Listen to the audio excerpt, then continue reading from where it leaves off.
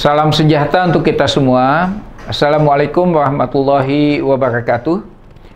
Dengan memanjatkan puji syukur, kita bisa ketemu kembali dalam pertemuan yang keempat ini, yaitu perkuliahan hukum tata negara dengan pokok materi adalah sistem konstitusional.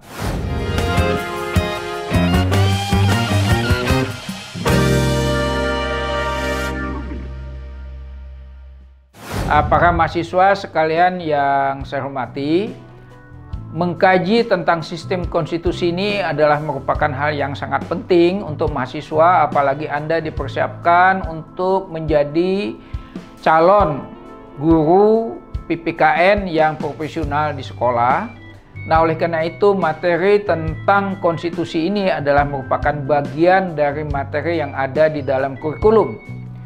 Konstitusi berasal dari bahasa Perancis, yaitu yang disebut dengan constituer, yang berarti membentuk.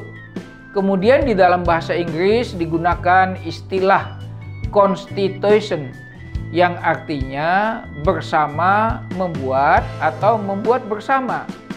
Nah, para mahasiswa sekalian, selanjutnya dalam bahasa Belanda, constituer dipersamakan dengan istilah yang disebut dengan grondwet, yaitu grond berarti dasar, sedangkan wet itu berarti bersama-sama.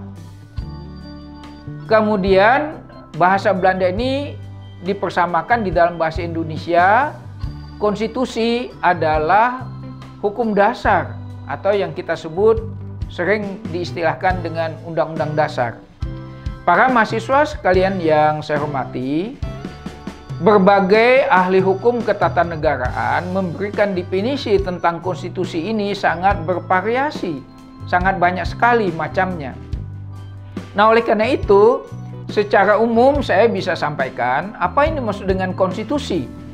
Konstitusi adalah keseluruhan peraturan-peraturan, baik yang tertulis maupun yang tidak tertulis, yang mengatur segala secara singkat tentang cara bagaimana menyelenggarakan pemerintahan dalam suatu negara.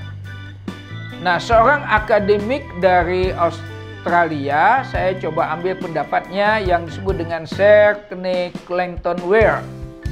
Nah, dia mengemukakan pengertian konstitusi itu adalah seluruh sistem ketatanegaraan suatu negara yang merupakan kumpulan peraturan-peraturan yang membentuk, mengatur, atau memerintah dalam pemerintahan suatu negara.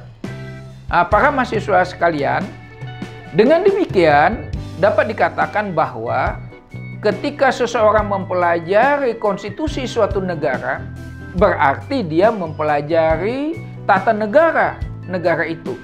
Atau sebaliknya, ketika seseorang mempelajari sebuah tata negara dalam sebuah negara, maka dia berarti akan mempelajari konstitusi dari negara itu sendiri.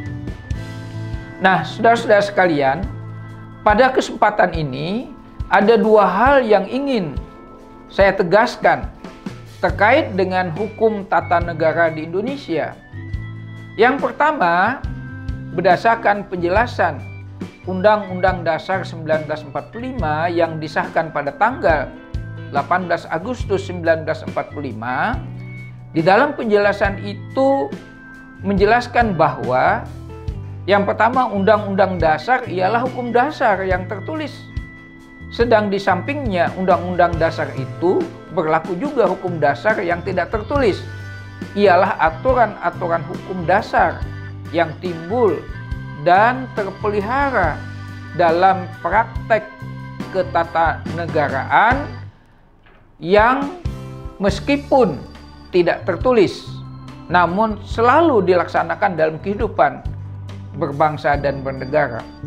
Yang kedua, dijelaskan dalam sistem pemerintahan, ditegaskan bahwa negara Indonesia itu adalah negara yang berdasarkan atas hukum atau yang disebut dengan Rechtsstaat, tidak berdasarkan atas kekuasaan belaka atau yang disebut dengan Machtsstaat. Nah, kedua materi ini perlu kita diskusikan lebih lanjut sebagai sebuah contoh tentang adanya hak prerogatif presiden dalam mengangkat dan memberhentikan para menteri.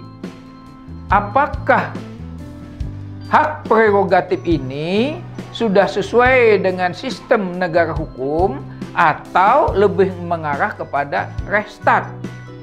Nah, demikian pertemuan kali ini, dan selanjutnya kita akan masuk dalam kegiatan pembelajaran berikutnya.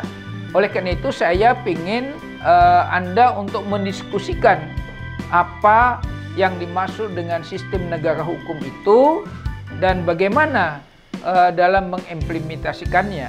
Nah, demikian para mahasiswa sekalian yang saya hormati, pertemuan kita yang keempat ini untuk kita diskusikan nanti pada pertemuan yang akan datang atau pertemuan yang kelima. Terima kasih atas perhatiannya. Saya mohon kepada para mahasiswa kalian untuk bisa memperdalam materi ini dengan menggali berbagai sumber belajar lainnya, terutama dari internet dan sebagainya. Ya, demikian. Terima kasih. Assalamualaikum warahmatullahi wabarakatuh.